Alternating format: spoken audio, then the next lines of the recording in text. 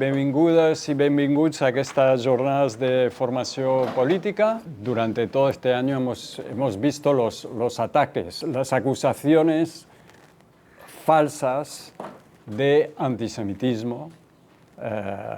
Y entonces hace tiempo ya que hemos reflexionado sobre este tema y hemos pensado que era importante poder desmontar y argumentar y dar argumentos a las personas del movimiento de solidaridad con Palestina, que intervenimos en charlas y todo, porque siempre salen estas cosas, ¿no? Y luego también, bueno, cómo también evitar ser acusados de racismo antijudío, de antisemitismo, cuando intervenimos. Para ello, queremos explicar la diferencia entre judaísmo y sionismo. Básicamente es lo que hacemos desde hace años, intentar explicar, más que la diferencia, el tema de la filiación, ¿no? Explicar que el sionismo no es hijo del judaísmo, es otra cosa. El judaísmo es una religión, es una tradición, es una cultura diversa porque en el espacio-tiempo de 3.500 años, vamos a decir, pues obviamente las cosas cambian y de un lugar geográfico a otro las cosas cambian y hasta de una persona a otra las cosas cambian, ¿no? Hay una subjetividad también que hay que tener en cuenta en este tema como en cualquier tema, ¿no? Por eso insistimos en su diversidad. No estamos aquí para defender una religión, no se trata de eso, no se trata de juicios de valor, sino de entender la disrupción que representa el sionismo, ¿no? Que es una ideología política con un proyecto muy claro, que es la formación o la constitución de un Estado-nación en modelo europeo, un Estado-nación judío, entre comillas, en el corazón de la región que se llama Oriente Medio o Mashrek, ¿no?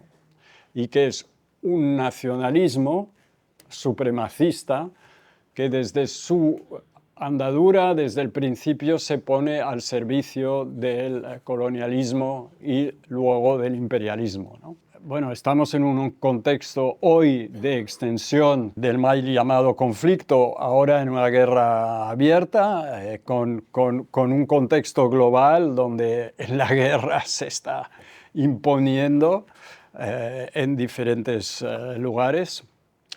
Y decir también, porque claro, vamos diciendo que son dos cosas diferentes, pero la realidad es que el sionismo, el relato del sionismo, se ha impuesto entre las comunidades judías en el mundo entero, ¿no?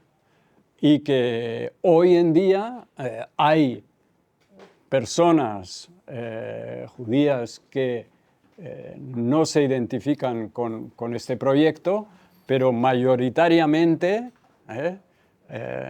se ha impuesto y ha, perdón por la palabra, contaminado incluso a la religión judía. Ahora en Israel hay dos ministros muy importantes, uno de Economía y el otro de Seguridad Nacional, que son ejemplos de, bueno, herederos del cahanismo, básicamente es lo que llamamos nacional-judaísmo. Para los que se acuerdan del nacional-catolicismo, pues bueno, tiene algún... Ya hablaremos de ello, ¿no? Pero esto era una versión muy minoritaria y ahora tiene mucha fuerza allá. Entonces, no solo impregna los medios de comunicación y, digamos, la doxa, ¿no? La idea que tiene el mundo de quiénes son los buenos y quiénes son los malos, sino que también entre las personas y la comunidad judías, pues es hegemónico el discurso y el relato sionista, ¿no?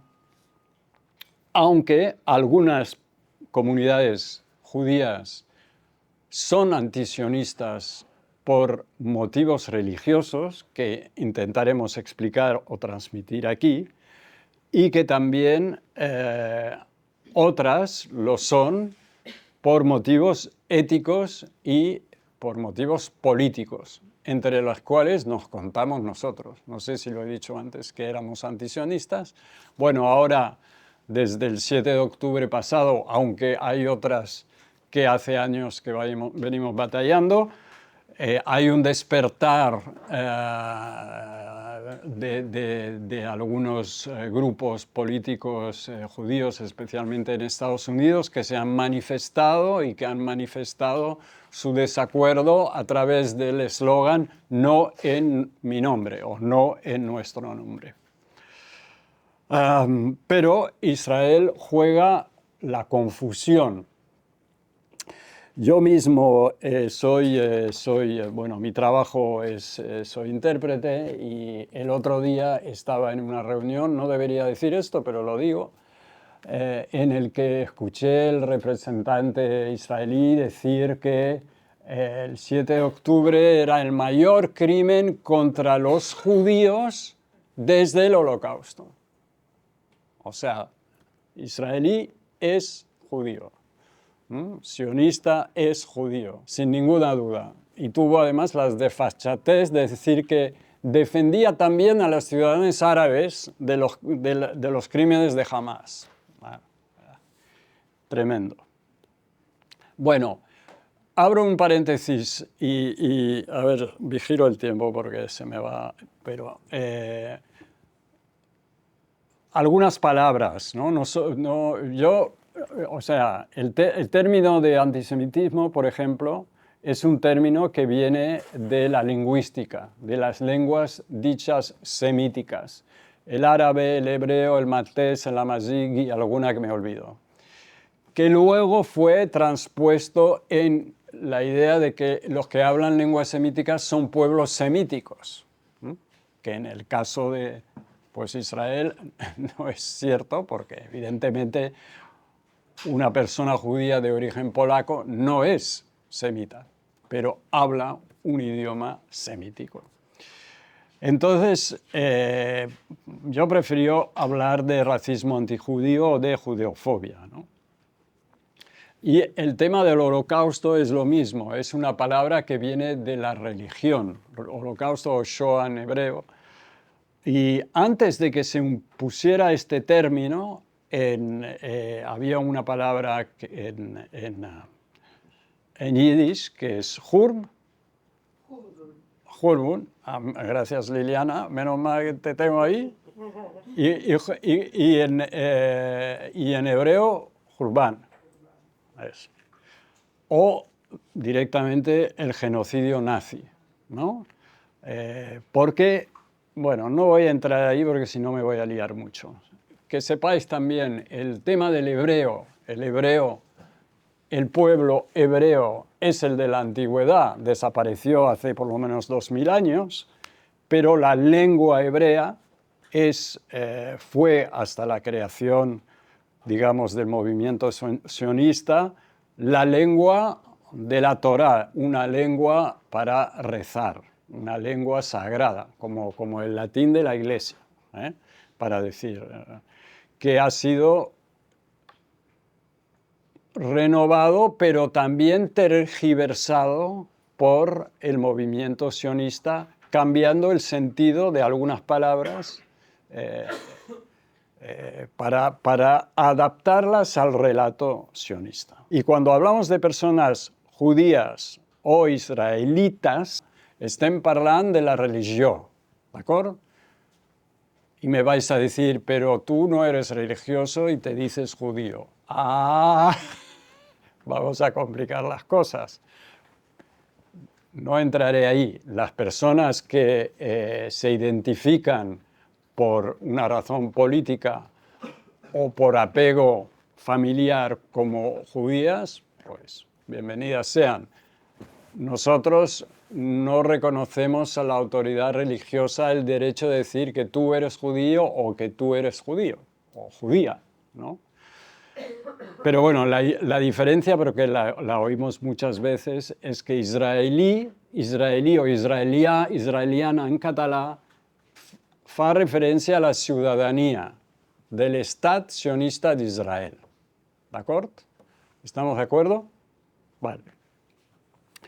Y en cuanto a las lenguas y los ámbitos culturales judíos, pues decir que las personas de Europa Oriental hablaban yiddish, que literalmente quiere decir lengua judía, que es una lengua germánica con palabras hebreas, una palabra turca. No soy especialista, así que una vez más no soy académico. Por ejemplo, en la península ibérica llamada Sefarad, que tiene mucha importancia en la historia judía, pues se hablaba judeo-español, que es un español antiguo, con algunas palabras hebreas también y otras, porque él ha viajado a los Balcanes y se ha mezclado. Entonces, deciros esto, hablamos de dos ámbitos, el sefardí y el ashkenaz. Ashkenaz quiere decir alemán, hablo aquí bajo las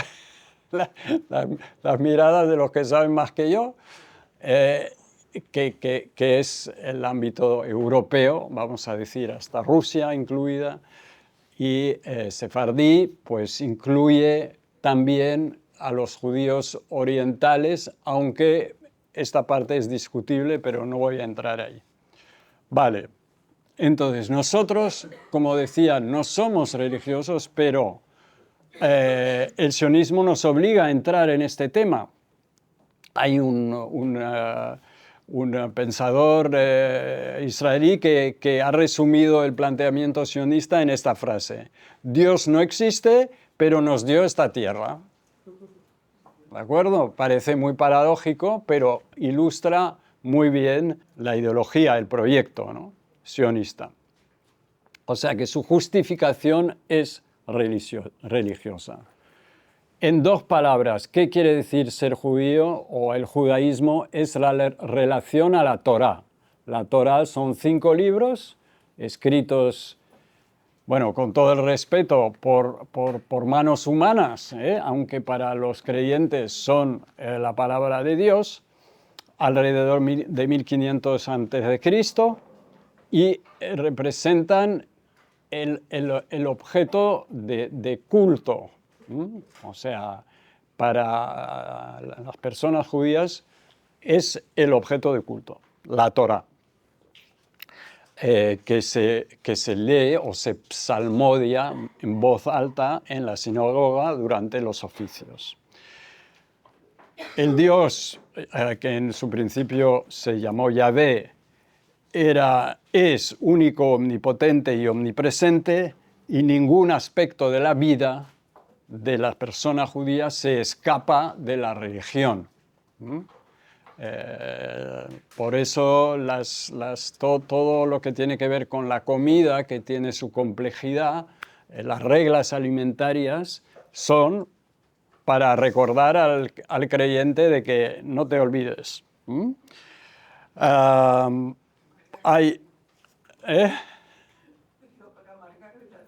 Por amargarle la vida. Bueno, en algún momento endulzarla también, con algún pastelito. Pero sí, es complicado. Hay que tener 2 neveras, separar la carne de la leche. Bueno. Y hay 613 mandamientos o mitzvot.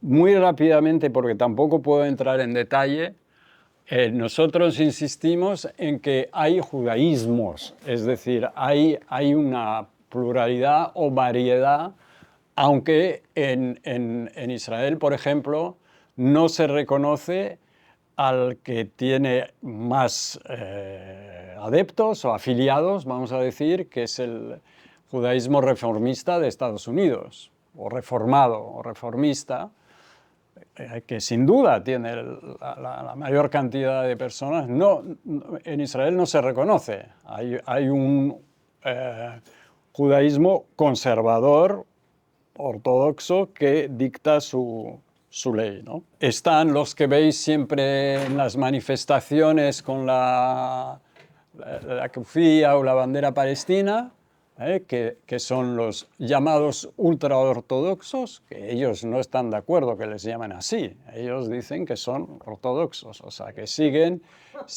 la ley al pie de la letra, y que tienen su lógica y coherencia. Una vez más, no vamos a entrar aquí a juzgar. Algunos de ellos son antisionistas declarados, queman la bandera de Israel incluso en las manifestaciones, los Neturei Karta, por ejemplo, y muchos otros han llegado a un acuerdo con el Estado, aunque ahora que les quieren mandar al servicio militar, veremos qué pasa.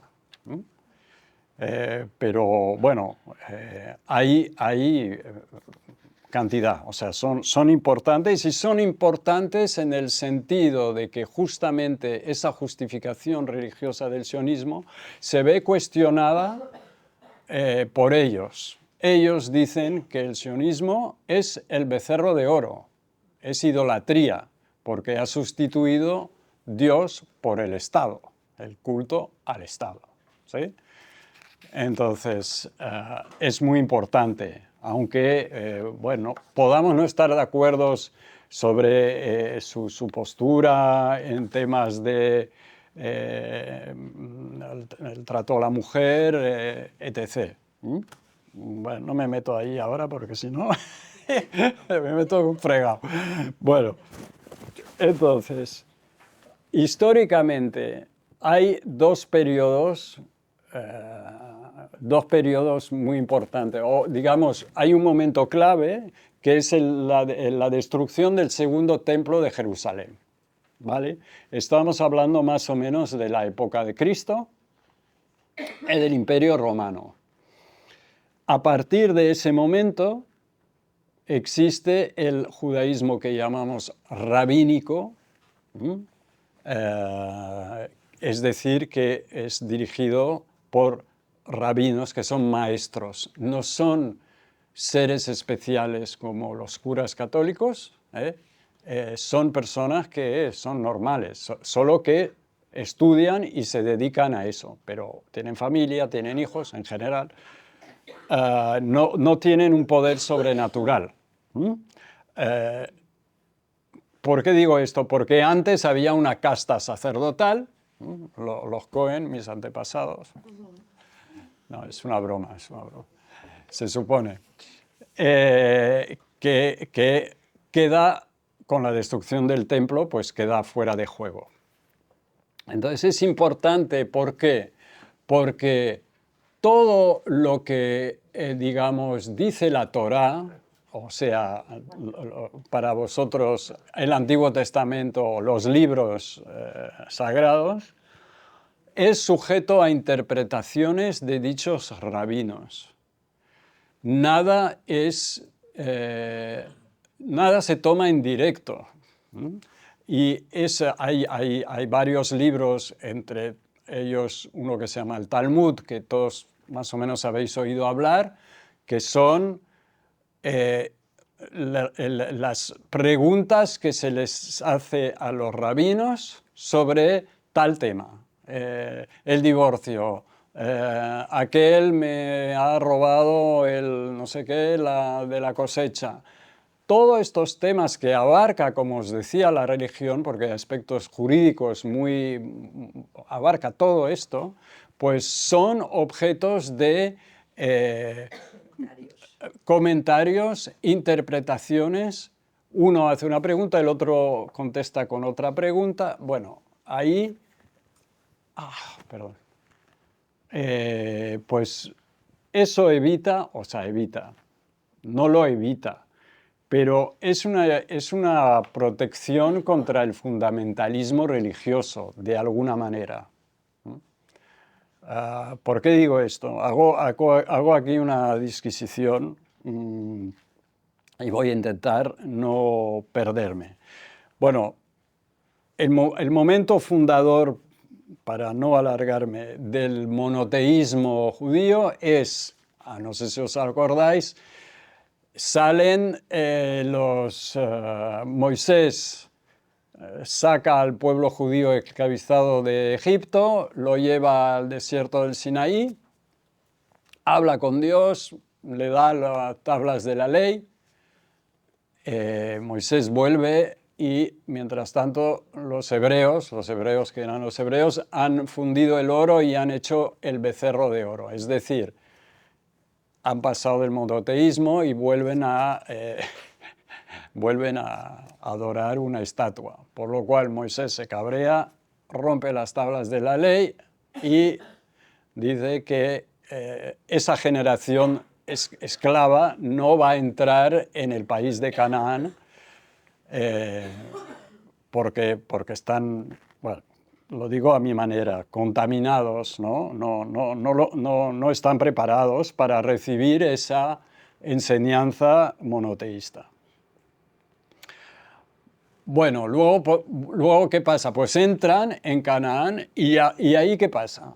Pues pasa que matan a todos los que estaban ahí. En términos modernos, es un genocidio. Bueno, al final sabemos que no los mataron a todos, porque luego se les dice no te casarás, no os casaréis con aquellos. Pero ese episodio es el libro de Josué. Ese episodio nos dice Shlomo Sand, tenéis una bibliografía ahí que ha escrito un libro, varios libros, pero uno muy interesante sobre la tierra de Israel. Dice que, bueno, en Israel se estudia como si fuera la historia, no una historia que a través del filtro de las interpretaciones talmúdicas puede adquirir tal o tal sentido, sino que, bueno, pues es así, ¿no? Y lo que están haciendo ahora lo justifican ahí, ¿no? Y mira, ya lo hicimos, ¿no? Nuestra tierra prometida ya la conquistamos en aquel momento por la violencia, por la fuerza, y si es necesario lo volvemos a hacer porque Dios nos lo ha dado, ¿no? Os transmito así muy a lo bruto, ¿eh? Por eso es importante, para que en un símil moderno, Shlomo Sand lo compara con el tema de Lutero y la Biblia, ¿no? Antes de Lutero, en el catolicismo, los creyentes, primero la misa era en latín, no entendía nada, ¿ok? Luego no se estudiaba la Biblia, el Nuevo Testamento, en directo. La gente no tenía acceso al texto. ¿Qué hace Lutero? Lutero dice, no, vamos a leer el texto y vamos a leer el Antiguo Testamento, además. Y al mismo tiempo, más o menos, se empiezan a traducir, se traduce la Biblia y el invento de la imprenta permite que se difunda. Entonces, algunas sectas protestantes, sobre todo nos dice Shlomo Sand, yo repito lo que he leído. Por ejemplo, cuando la Iglesia anglicana se separa de Roma, busca una identidad, ¿no? ¿Y dónde la encuentra? La encuentra en los relatos de ese Antiguo Testamento. Y sabemos que desde entonces hasta hoy, en Estados Unidos hay 50 millones de evangelistas que para ellos Dios creó el mundo en 7 días y no lo toman como una metáfora, no es una metáfora, ellos creen que fue así. Yo siempre digo, tengo un amigo que es hijo de una familia de estas, y me dice, claro, habla con su hermano y su hermano le dice, ¿por qué te preocupas de reciclar? Si Jesús va a venir a salvarnos, ¿no? Y te quedas así, ¿no? Te quedas así. Pero hay mucha gente que piensa así. Bueno, es una disquisición. Pero por eso hablaba del judaísmo rabínico. Entonces, avanzo porque si no, no llegaré nunca. Según mis consultas con personas cultas en este sentido, ni la tierra prometida ni el pueblo elegido figuran en la Torá.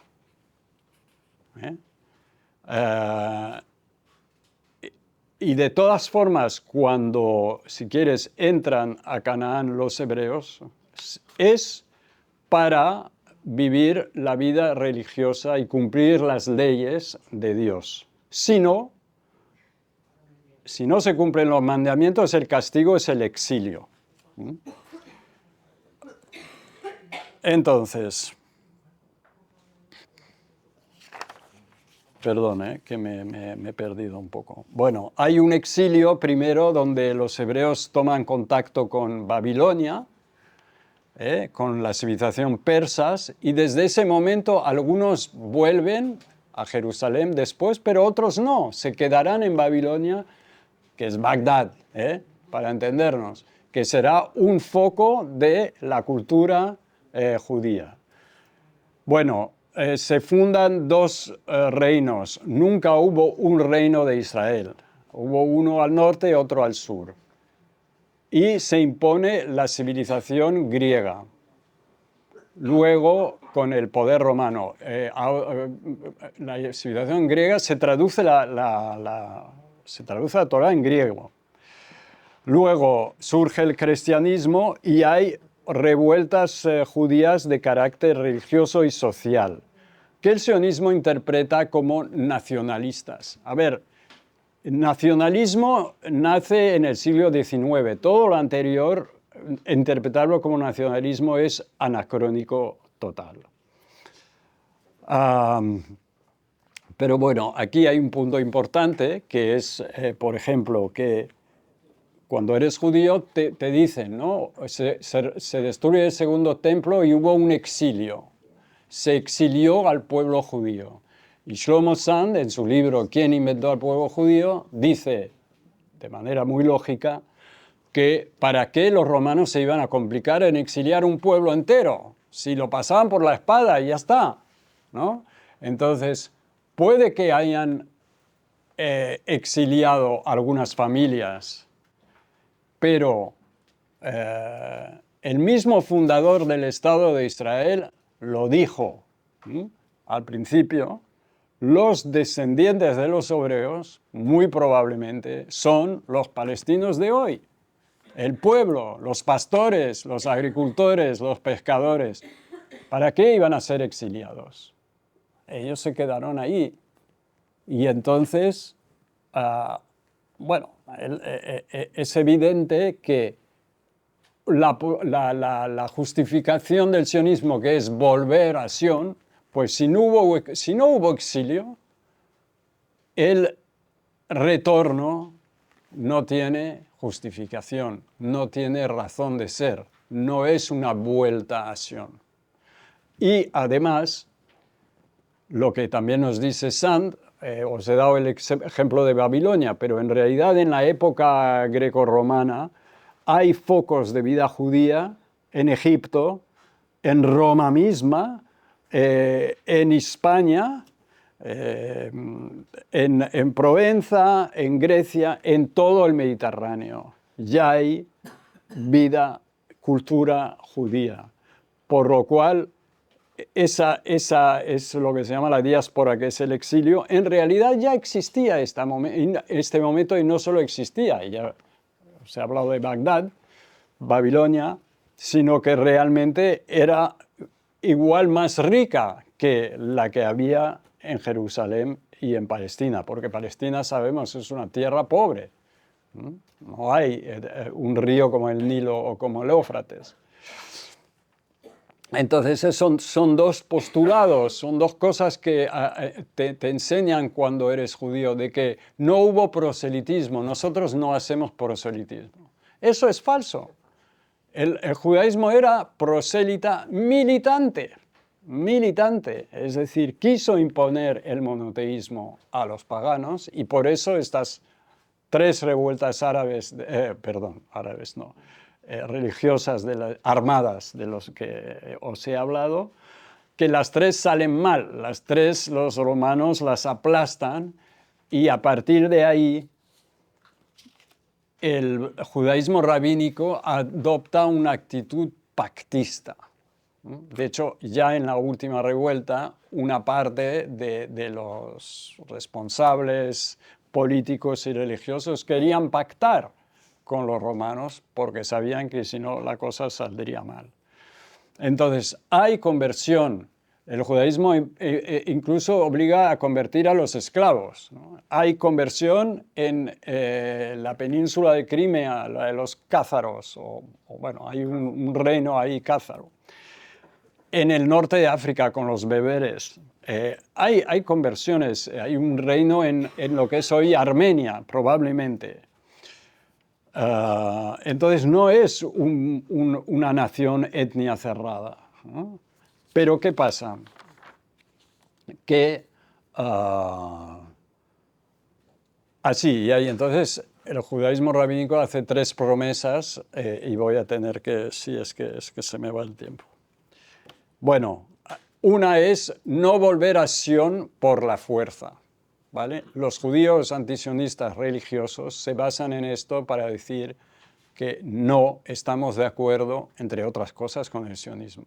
Hay una prohibición de volver a Sión y de conquerir la tierra por la fuerza. Y luego vivir en paz con los vecinos y Dios no va a apretar demasiado, ¿vale?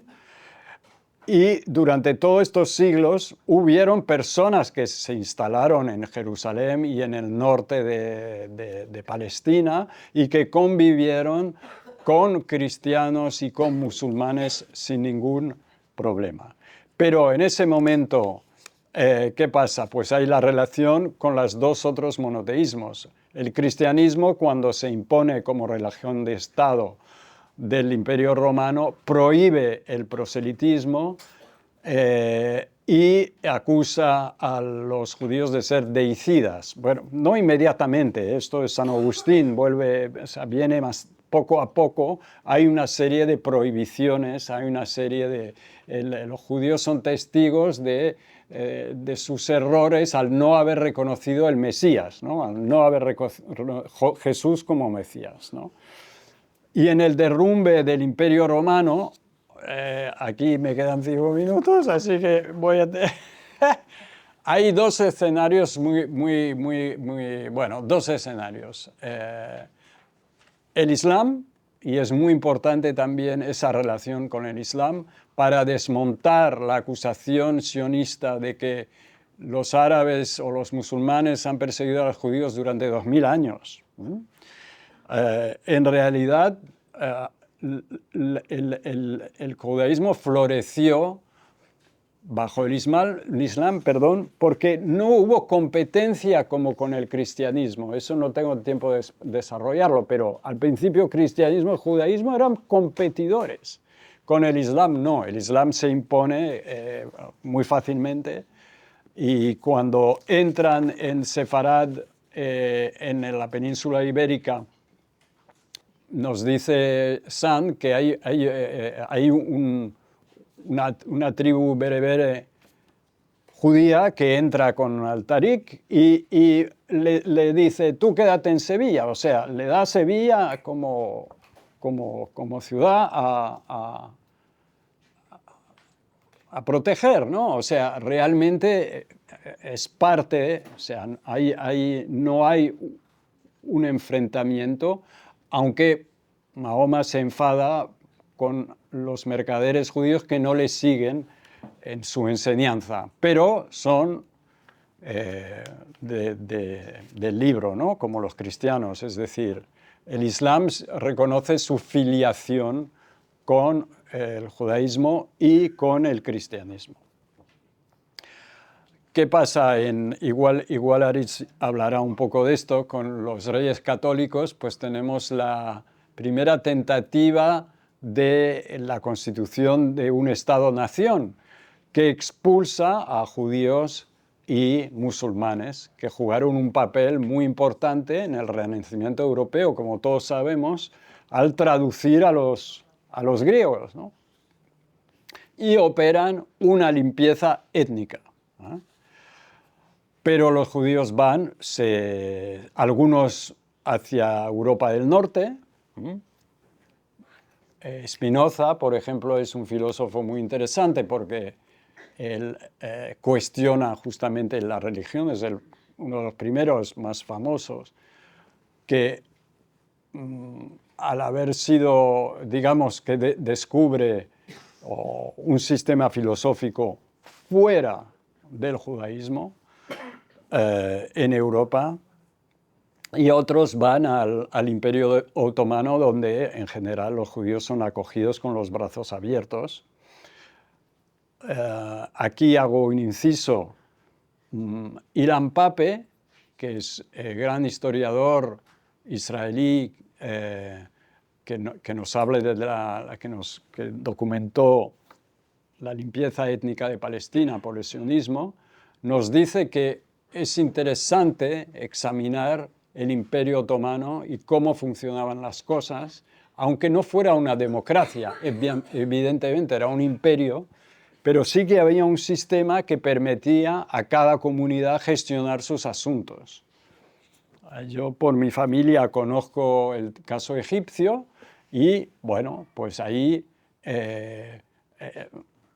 los negocios, todo lo que tenía que ver con el Estado civil, por ejemplo, en la comunidad judía, lo regían los tribunales rabínicos, ¿no?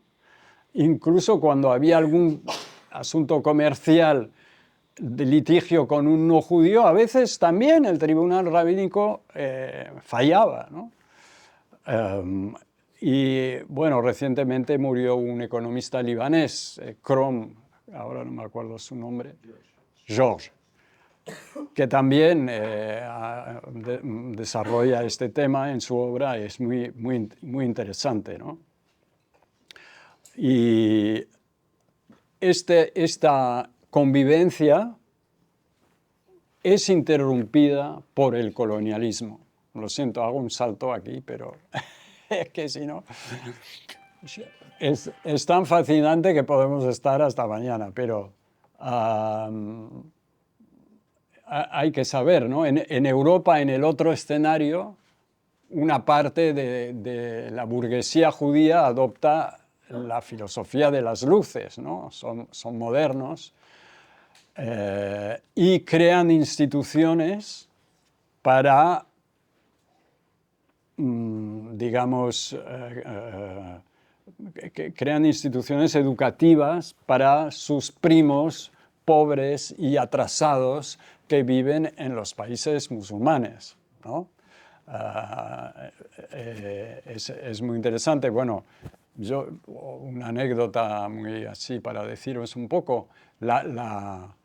Mis abuelos paternos tenían nombres árabes. Mi abuelo se llamaba Yusef y mi bisabuelo se llamaba Ibrahim. No se llamaba Abraham, se llamaba Ibrahim. Y de repente mi padre y sus hermanos tienen nombres franceses, ¿no? Es el poder del colonialismo que, digamos, intenta, por diferentes medios, por la cultura, entre otras cosas, ganarse una parte de la élite de los países que van a ser colonias. En el caso de Egipto lo son, ya los ingleses llegan en el siglo XIX, y en el caso francés es muy paradigmático. Las autoridades francesas, con como no hay en Algeria cristianos que proteger, porque eso es lo que siempre Francia ha pretendido hacer, en Líbano, por ejemplo, en el pobre Líbano, nosotros vamos a proteger a los maronitas y tal y cual. Pues, entonces deciden que los judíos es una minoría interesante y, sobre todo por la capa superior, y proponen, hay un decreto, Crémieux, para otorgar la nacionalidad francesa a los judíos, ¿no? Lo que les va a separar, estoy obligado a ser un poco bruto, pero a separar de sus hermanos musulmanes, los que todos habían vivido juntos toda la vida, pues de repente, no, tú aquí, tú ahí, y tú eres francés y tienes un privilegio y tú sigues siendo un moro. Así son las cosas. Con las consecuencias que tendrá después, el resentimiento de los expulsados, su identificación con el vencedor Estado de Israel de 67 y su adopción del sionismo, bueno, de manera entusiasta, ¿no? Este es el escenario que dejo, y lo siento por la parte europea, porque no me ha dado tiempo. En el Imperio Otomano, en Palestina, ya la potencia colonial británica pone un pie, acompañada por todas las demás potencias coloniales, Francia, Italia, etc., que también quieren una parte del pastel, y eso prepara el escenario para el sionismo, ¿no? Prepara el terreno para el agente colonial que va a ser el movimiento sionista. La creació de l'Estat d'Israel com la creació del poble jueu és una idea que neix dins del protestantisme, especialment dins de l'evangelisme, i una miqueta en aquesta idea de llegir directament els textos religiosos i interpretar-los directament. Dins d'aquesta interpretació, des del segle XVI i XVII, en alguns dels grups evangèlics, apareix la idea de que en el moment en què tots els jueus tornin al que era la mitològica terra d'Israel, el Messies tornarà per segon cop, serà el judici final i s'acabarà el món, els justos s'aniran al cel i els injustos s'aniran a l'infern. Aquesta interpretació llegida directament de la Bíblia és agafada per aquest evangelisme i serà els primers en promoure aquesta idea. Però ara m'aniré una mica més enrere. Tenia un PowerPoint preparat, però no està funcionant el projector, però com sé que teniu els mails, us l'enviarem, perquè pugueu tenir aquell PowerPoint. I llavors, justament, amb el que una de les coses que sempre començo amb aquest PowerPoint, que potser alguns ja heu vist, són unes fotos dels anys 20 del sionisme arribant a Palestina. I és la mateixa imatge que tenim dels colons europeus quan arribaven als Estats Units. I amb unes carrosses, amb els mobles, amb les armes i preparats per assentar-se i colonitzar aquella terra, perquè ells no eren originaris d'aquella terra. Ells venien d'Europa, igual que va passar amb els Estats Units. I així, el cas del sionisme és un cas de colonialisme d'assentament, com són els Estats Units, com són el Canadà, com és Austràlia, com és Nova Zelanda, com és Sud-àfrica, o era Sud-àfrica, com ho va ser l'Algèria francesa i com fins a dia d'avui és Palestina. Però dins de l'acadèmia, justament, es considera que els tres casos fallits o en procés de fallida serien la Sud-àfrica de l'apartheid, l'Algèria francesa, que com tots sabem ja el projecte colonial francès va quedar completament derrotat el 1962, i el cas del colonialisme sionista a Palestina. Però anem una miqueta a veure com es desenvolupa aquest moviment sionista. Primer de tot, a parlar del moviment sionista, hem de parlar del concepte d'estat-nació. Aquest concepte és el concepte que pretén unificar les poblacions d'un territori perquè així l'estat es converteix en funcional al capital i al mercat al uniformitzar aquella població i convertir aquells i aquelles ciutadans i ciutadanes o pobladors d'aquell territori en funcionals primer per l'Estat fent ciutadans i després soldats.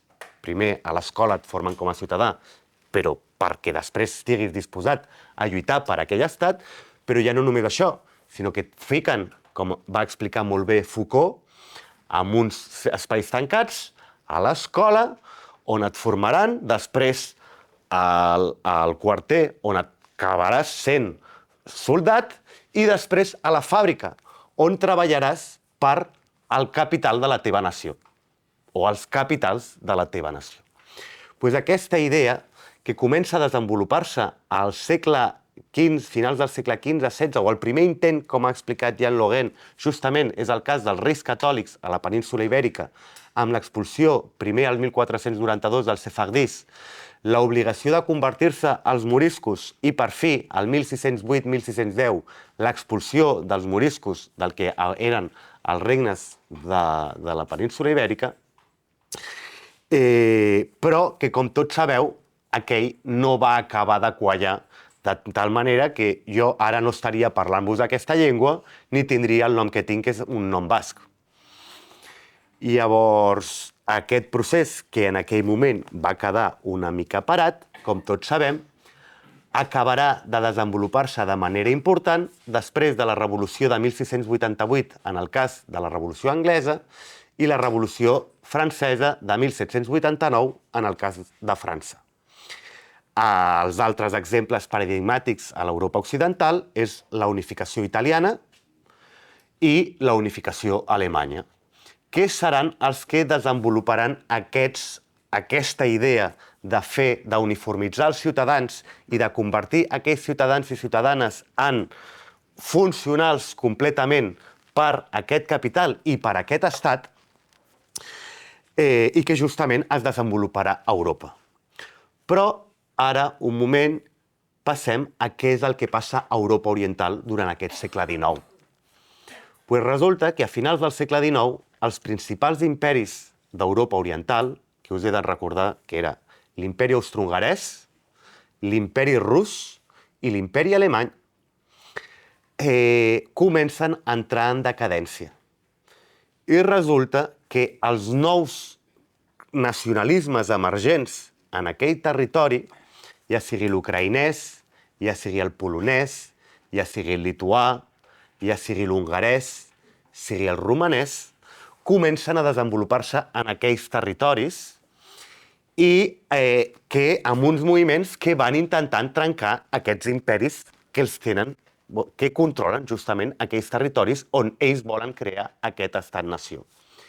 I això comportarà que justament, per què estic parlant d'Europa Oriental? Perquè a Europa Oriental és on en aquell moment teníem més comunitats jueves d'Europa, com ha explicat en Logan, on bona part d'ells tenia una cultura pròpia, que era el Yiddish, que, com ha dit en Logan, és una llengua entre el germànic, l'eslau i agafant paraules de l'hebreu, estan allà i comencen a tenir greus problemes. Primer, perquè aquests imperis que s'estan desfent no els tenen, eren imperis multiculturals, però dins dels grups multiculturals ells són imperis cristians, ja siguin cristians ortodoxos o cristians catòlics o cristians protestants, com és el cas de Prússia, però no veuen a aquestes comunitats jueves com pròpies. Però és que els nous estats, o aquests nous nacionalismes que portaran a la creació d'aquests nous estats-nació, ja sigui el polonès, ja sigui l'ucraïnès, ja sigui el lituà, tampoc veuen aquestes comunitats jueves que vivien allà a Europa Oriental com pròpies. Sentien que eren comunitats externes, no eren polonesos, no eren ucraïnesos. I llavors aquestes comunitats jueves es veuen en una situació de persecució, ja sigui des de l'Estat, ja sigui des d'aquests nous estats-nacions emergents. I així recordar que el moment de màxims pògroms que es donen en el cas d'Ucraïna justament és amb la desfeta de l'imperi rus i l'emergència del nacionalisme ucraïnès. Però que el nacionalisme polac o el lituà no van estar, tenen un component antijueu o judeòfob de manera molt important. Ens trobem en aquest final del segle XIX, aquests estats-nacions emergents a Europa Oriental, aquests imperis caient, i ara em centraré en la figura d'en Theodor Herzl, que és el fundador del moviment sionista o el fundador del moviment sionista dins de les comunitats jueves. Perquè aquesta idea de que els jueus havien de tornar, com ja us he dit, ja des de l'evangelisme, especialment al Regne Unit, havia tingut molta força o estava allà de manera important. Pues en Theodor Herzl és un periodista nascut a Viena, capital de l'imperi austrohongarès en aquell moment, de família burgesa, el seu pare és empresari austríac o de l'imperi austrohongarès, i que està a París a finals del segle XIX fent de corresponsal de premsa. I en aquell moment es produeix el cas Dreyfus. Cas Dreyfus, en el qual ja fa poc ha sortit una pel·lícula, molts d'aquí potser coneixeu l'article de l'Émile Zola de Jacques. El capità Dreyfus era d'origen jueu i estava a la intel·ligència francesa. I és acusat de passar informació a la intel·ligència alemanya, on justament també hi havia gent de descendència de religió o cultura jueva. Això passa a França, a finals del segle XIX, principis del segle XX. Una França que era la primera que s'havia laïtzat completament amb el Codi Civil napoleònic de principis del segle XIX, amb Napoleó.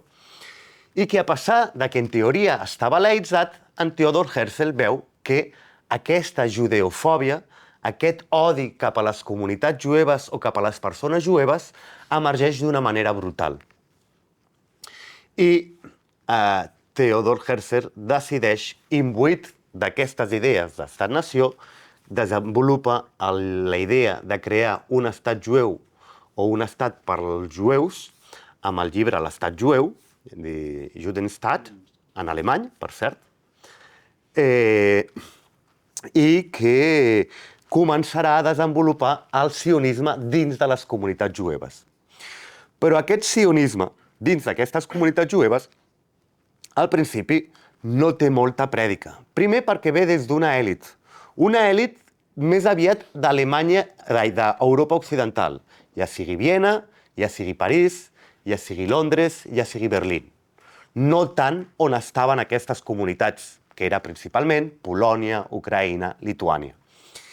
Llavors, és més, la major part dels jueus que fugiran d'aquestes situacions de persecució que patiran a les comunitats jueves a Europa Oriental no aniran a Palestina. El seu primer objectiu, justament, solia ser anar a França o al Regne Unit, on sabien que, més o menys, la situació per les comunitats jueves no era tan complexa com el que estaven vivint a l'imperi rus o a l'imperi austrohongarès, a Polònia o a la Polònia recent independitzada o en aquell moment en aquella Ucrània tan complexa de final de l'imperi rus i creació de la Unió Soviètica.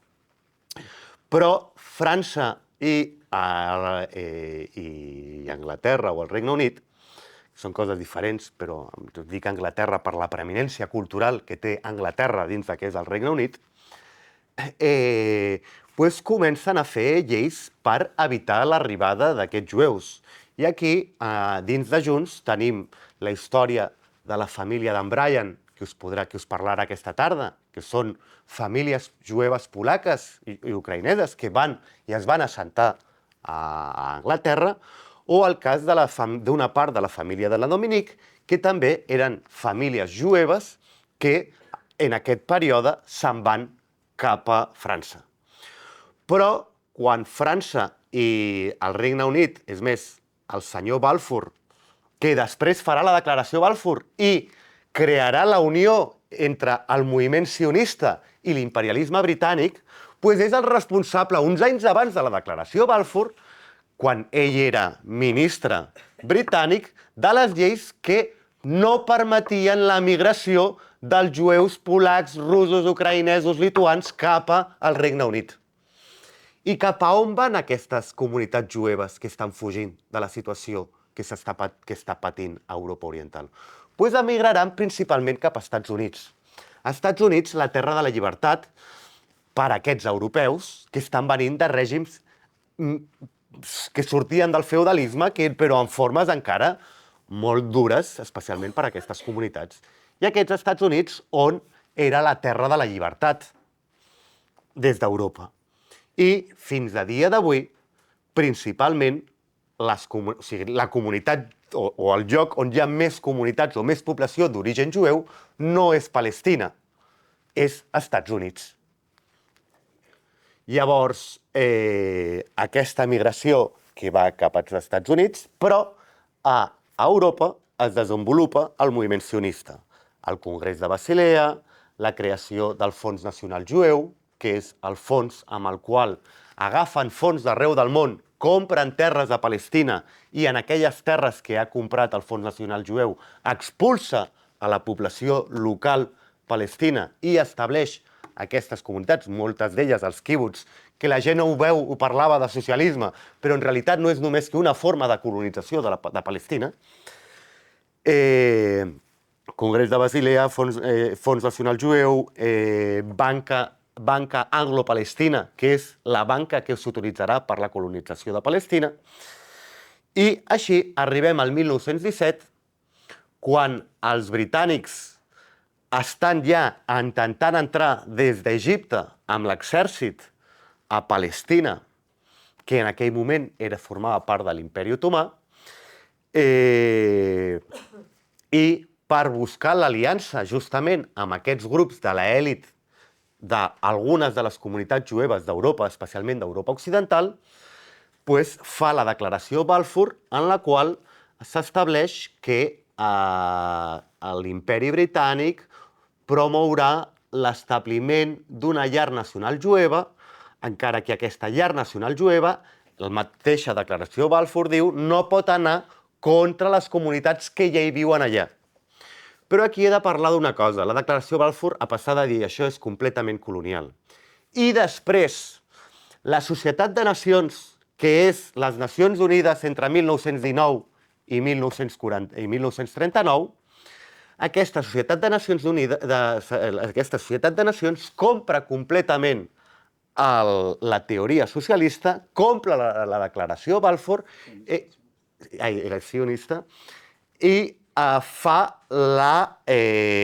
i deixa el territori del que és Palestina sota tutela britànica, però per tal que els britànics desenvolupin el sionisme allà, permetin l'establiment de les comunitats jueves a Palestina i es promogui la creació del que després serà l'Estat d'Israel.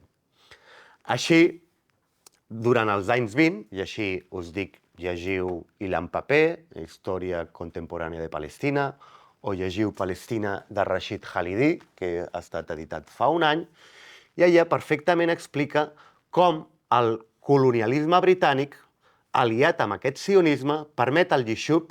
El Yishub és l'organització de les comunitats jueves a Palestina des de finals del segle XIX, amb aquesta idea del sionisme, permet al Yishub la creació del seu propi sistema educatiu, sanitari, de transport i inclús militar.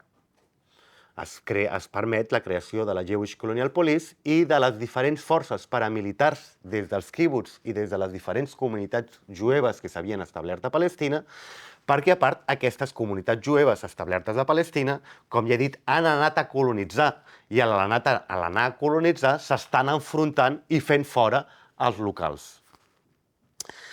Ara m'aniré un moment a explicar com funcionava aquesta colonització de Palestina o com es desenvolupa. A Palestina, com a part de l'Imperi Otomà, al segle XIX hi ha hagut la Revolució Tanzimat, que és una revolució molt semblant a les revolucions liberals que s'havien produït a l'estat espanyol, a Portugal, a Itàlia, inclús a Grècia, en el qual es supera la propietat de la terra anterior per permetre que la terra pugui entrar en el mercat i pugui comprar-se i vendre. Aquest fet havia fet que tota una sèrie de terratinents, molts cops absents, que vivien a Iscandiria, Alexandria, al Caire, a Damasc, a Jerusalem també i a Haifa, però també a Istanbul, són grans tenidors de terres a Palestina per aquesta revolució liberal que hi ha hagut en la qual les terres que havien sigut tradicionalment de les diferents famílies camperoles, per motius de mercat i burocràcia, acaben en mans d'aquests terratinents. Llavors, aquest Fons Nacional Jueu compra aquestes terres a aquests terratinents i llavors arriba amb la policia britànica i algunes de les seves forces, expulsa els pobladors que hi havien allà, de tal manera que quan un llegeix els historiadors marxistes palestins i àrabs t'expliquen que justament aquests camperols i camperoles expulsades de les seves terres i que no els hi queda més remei que anar-se'n cap a Haifa, anar-se'n cap a Jaffa o anar-se'n cap a Jerusalem o cap a Jalil, Hebron, resulta que seran el primer proletariat palestí. Gent que s'ha quedat sense terra, que ha hagut d'emigrar cap a les ciutats i que allà, com Karl Marx deia, només tenen la seva prole i han de posar-se a treballar i vendre la seva força de treball perquè no tenen unes terres o un ofici clar més enllà de ser jornalers treballadors. Això es desenvolupa als anys 20, a aquests anys 20 i 30 on el sionisme i l'imperialisme britànic està i on les comunitats palestines estan organitzades i un cop i un altre intenten i demanen al poder colonial britànic o a la Societat de Nacions que aquest dret d'autodeterminació, que sí se li ha reconegut al poble sionista a Palestina, no se'ls hi permet. No se'ls hi permet tenir la seva pròpia educació, estan sota l'educació colonial britànica o dels models religiosos establerts ja des del segle XIX a Europa, des d'Europa i des dels Estats Units a Palestina, perquè com Palestina és Terra Santa i els que heu visitat allà sabeu que hi ha convents francesos, convents franciscans catòlics, italians, britànics, austríacs, i sobretot no se'ls hi permet la pròpia organització. Així com al Yixub se li crea un parlament que més o menys organitza la vida dins del que després serà a Palestina i creant el que serà el protoestat que després acabarà de desenvolupar-se amb la guerra d'independència d'Israel o Nakba pels palestins, als palestins no se'ls hi permet o se'ls hi diu, si voleu podeu participar d'aquí, però en una situació de per sota del Yixub o d'aquestes comunitats jueves establertes a Palestina. Això comportarà que els palestins a poc es vagin organitzant i intentin parar tot això. Així primer tindrem les revoltes del 20-21, després les del 29 a Hebron, Jalil i a Jerusalem, i acabarà amb l'aixecament de 1936, el primer aixecament palestí de manera molt important. Aquest aixecament, ràpidament, les èlits palestines creen el comitè àrab per intentar dirigir-lo, però en realitat en Rashid Khalidi, que és net de part dels que formaven part d'aquell Consell Àrab, ens diu al seu llibre que aquest Consell Àrab simplement servirà més aviat per intentar controlar el propi moviment dels palestins i per intentar arribar a algun acord d'aquesta èlit palestina amb el colonialisme britànic i amb el sionisme d'alguna manera, però que a part, quan la comissió Peel de 1937 enviada des dels britànics i des de la Societat de Nacions li acabi donant la raó al sionisme, doncs acabarà tot aquest moviment, encara es farà més fort, però comportarà una repressió brutal de les comunitats palestines, on es tenien fins a més de 100.000 soldats els britànics per parar aquesta revolta.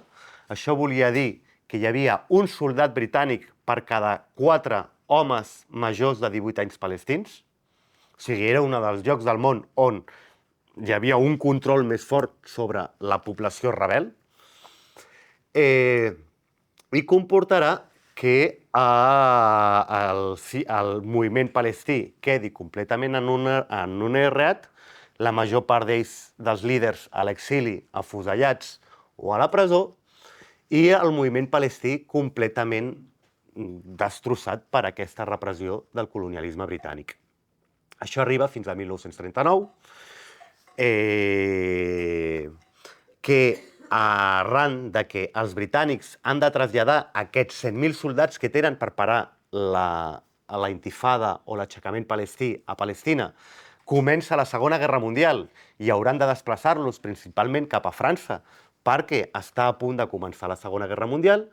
Winston Churchill, en aquell moment primer ministre, fa el llibre blanc per a la migració sionista palestina, però, com tots sabeu, durant la Segona Guerra Mundial es produeix el genocidi jueu o sigui, les comunitats jueves a Europa són exterminades pels nazis i pels seus aliats, perquè hem de recordar que tenim el règim de Vichy. Mussolini és un cas una mica especial, s'ho farà posteriorment, a partir del 42-43, però ho farà. A Romania, a Hongria, hi ha situacions, els polonesos participen i els ucraïnesos participen d'una manera molt important en aquesta persecució, i lituans, estonis i letonis també participen d'una manera molt brutal en aquesta repressió, en aquest extermini de l'assassinat de més de 6 milions de persones d'origen jueu a Europa Oriental. I aquí vindrà la Segona Guerra Mundial, acaba la Segona Guerra Mundial, Europa se n'adona d'això, i si el sionisme, que ja era un aliat de l'imperi britànic, acaba aliant-se en aquell moment amb la Unió Soviètica, amb els Estats Units, i la nova Societat de Nacions, les Nacions Unides, seran les que a novembre de 1947 dividiran Palestina i permetran la creació del nou, o promouran la creació de l'estat sionista, que era l'objectiu del sionisme. Jo, per aquí, així només algun comentari que tenia. Primer de tot, el fet de que, és que els PowerPoint ho tenia, i ho veureu, per exemple, tot el tema dels números de la migració jueva europea cap als Estats Units, i en canvi... perdona. I, en canvi, com anar a Palestina només aniran primer unes desenes de milers i després uns centenars de milers, quan als Estats Units han anat milions. Per què? Doncs perquè anar a Palestina volia dir anar a colonitzar. Al mateix temps, el desequilibri que és entre el sionisme i els intents dels palestins d'autoorganitzar-se és molt difícil, perquè els sionistes venen d'un moviment molt organitzat, europeu, amb suport europeu, amb armes europees, amb capital europeu, i els palestins, per altra banda, són un poble majoritàriament de camperols, en aquell moment, que intenten organitzar-se. I és més, dins de les societats que hi ha al Mediterrani en aquell moment, la societat palestina és una de les més avançades. És més, el primer congrés de dones de Palestina és de l'any 1928, per exemple, perquè us adoneu. I fruit també d'aquest moviment palestí que s'està oposant al sionisme. Però, a pesar d'això, no és completament desigual aquesta lluita, de tal manera que, com veurem, al 47-48, en la Nakba, els sionistes s'imposin de manera brutal representant la creació de l'Estat d'Israel i la destrucció de les comunitats palestines, amb l'expulsió de més de la meitat dels palestins. Però ara jo deixaré això, aquí em penso. Només parlar de que justament això que amb el que he començat i vull acabar, el sionisme no és un moviment jueu, és un moviment colonial que utilitza la història jueva per colonitzar Palestina. Sí? I això és un temazo perquè avui dia, o en aquests moments, el que ens trobem és que hi ha més sionistes evangèlics als Estats Units que jueus. Sí? Els diners que donen les comunitats sionistes evangèliques dels Estats Units han superat ja els diners que donen les comunitats jueves sionistes dels Estats Units. Sí, claro. Però bueno, llavors, i que no només això, sinó que aquest sionisme, i és un dels grans problemes que tenim, està arreu. I a Catalunya també el tenim, perquè és aquesta idea colonial de que els europeus, o els que som d'origen europeu, tenim el dret de controlar, governar, extreure els recursos de la resta del món pel nostre interès. Aquesta idea colonial de la qual està completament impregnada el racisme, o el racisme és filla d'aquest o això. I que a Catalunya el tenim, i el tenim dins de bona part dels partits polítics catalans i espanyols, o sigui, dins del PSC, dins de Junts, dins d'Esquerra, dins del PP, dins de Vox, o sigui, el senyor Bardagí, cap de Relacions Internacionals de Vox, és un dels principals representants del sionisme a nivell europeu. I la senyora Pilar Rahola, com tots sabeu, també és una de les persones que tal.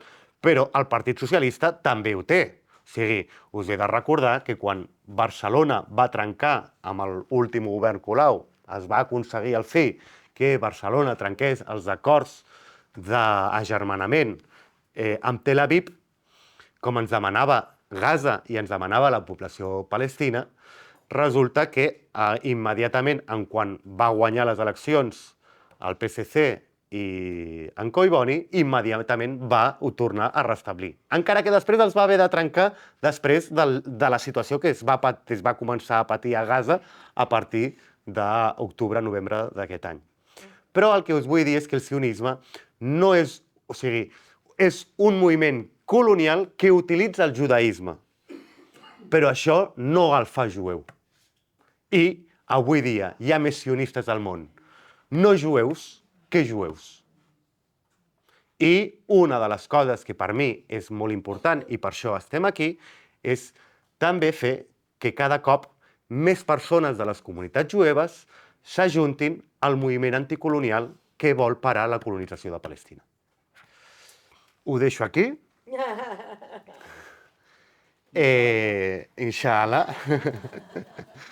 Ara fem el cafè. Fem un cafè, una pausa i tornem aquí perquè entre totes puguem parlar d'aquests temes que nosaltres el que hem fet aquí és exposar. No volem aixecar càtedra. L'únic que hem fet és parlar d'uns fets que sí que estan allà.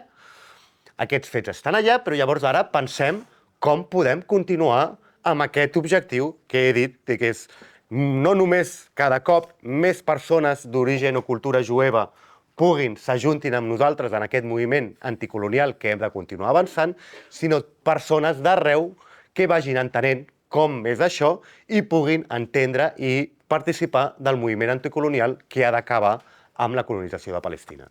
Moltes gràcies.